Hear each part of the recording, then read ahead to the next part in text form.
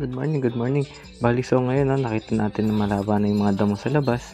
So kailangan na natin siyang linisin. So ito nga pala yung gagamitin natin ng mga panglinis. Ngayon, grabe napakainit pa rin dito talaga sa Florida. So simulan natin.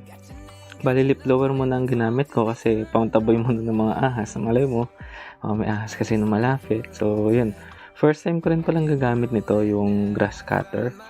Hindi ko alam na napakasakit pala niyan pag tumatama sa tuhod, putya.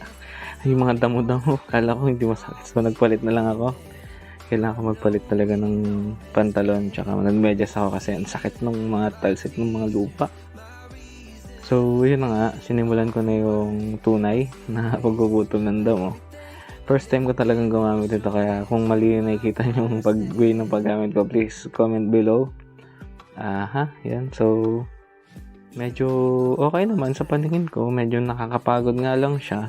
Masakit siya sa balikat kasi syempre hindi mo pwedeng isadsad yung grass cutter sa sahig at magtatalsikan yung mga lupa.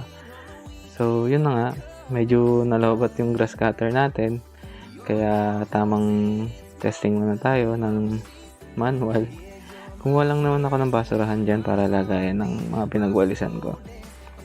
So ngayon ko lang na-realize napakakapal pala ng lupa ng dahon dito.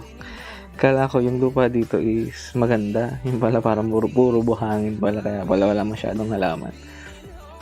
So yun na nga, minanol ko siya, kinamay ko. Medyo nakakapagod siya kasi ang dami rin parang nakakalat ng mga sanga-sanga. Kaya winalis ko ng winalis para at least, diba?